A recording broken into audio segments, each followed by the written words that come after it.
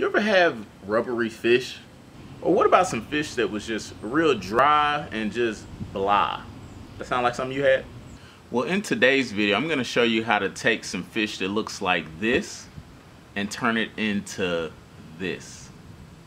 Stay tuned.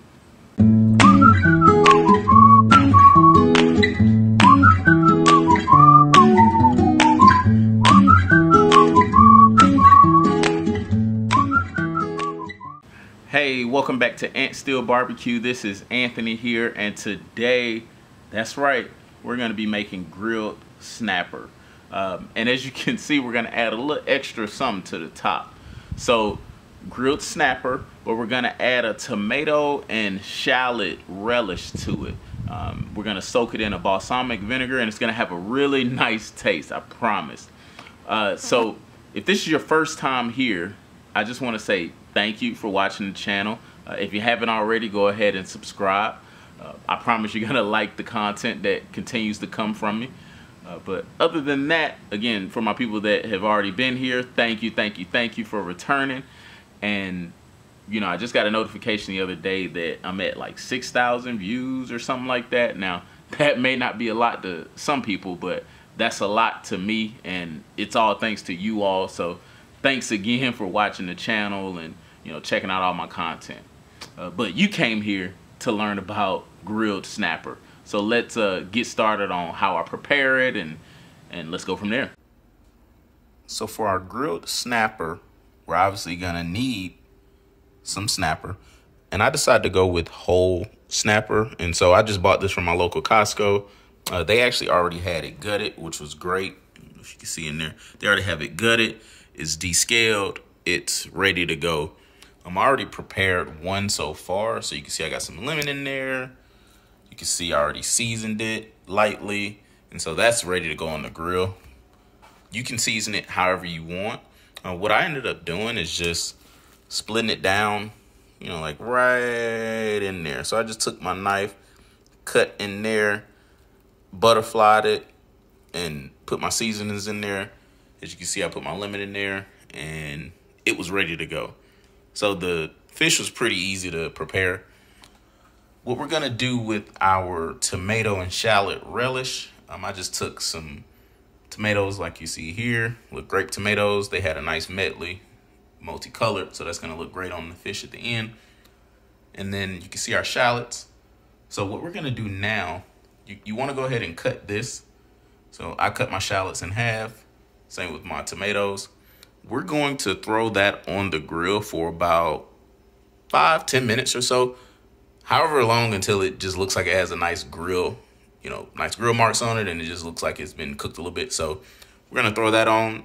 However long you feel like throwing it on there, that's fine. Just don't overcook it. So probably no more than about 12 minutes, but 5 to 10, you should be good.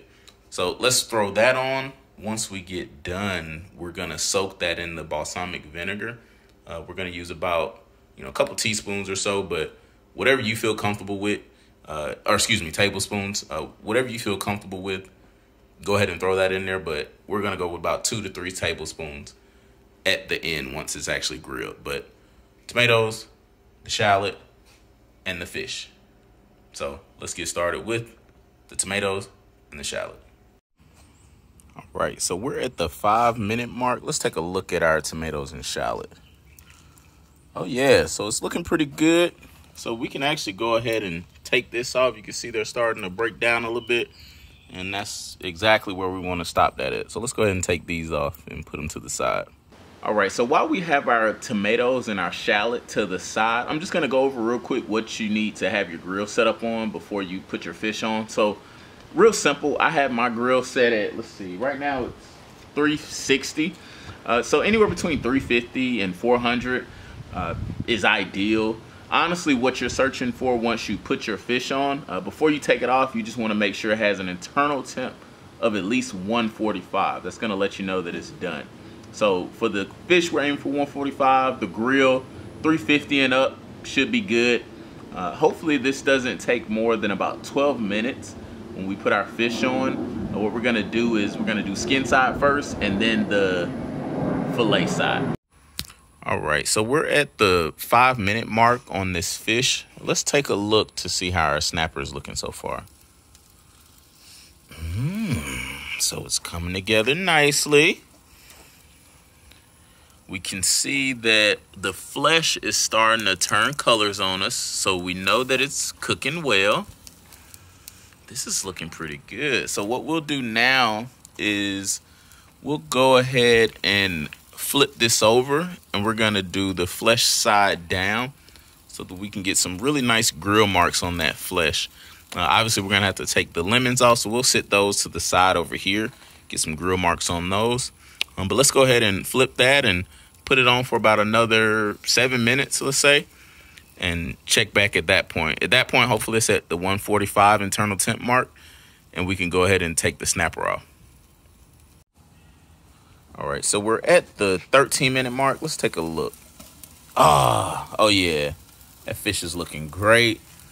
Just by the look of it, it's definitely ready to come off. Let's go ahead and pull that. I'll run the temps inside, but I can guarantee that's gonna be at that 145. So let's get this off and put it to the side, finish up our relish, and then do a taste test. All right, so now is the moment of truth. We're gonna give our snapper a try. We finished with our tomato relish, so this should be delicious. I also left that lemon garnish on here. So let's go ahead and give our snapper a shot. Let's see how it turned out.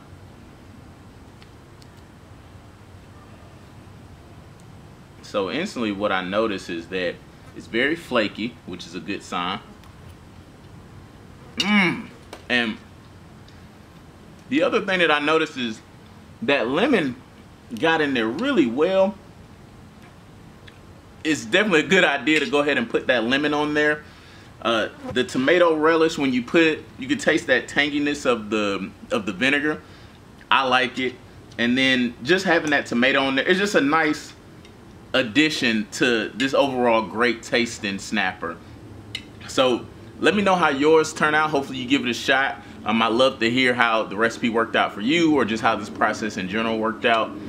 As always, again, thank you for watching AntStill BBQ. I greatly appreciate it. And look, I'm about to finish devouring this fish. So I'll catch you guys later. Peace.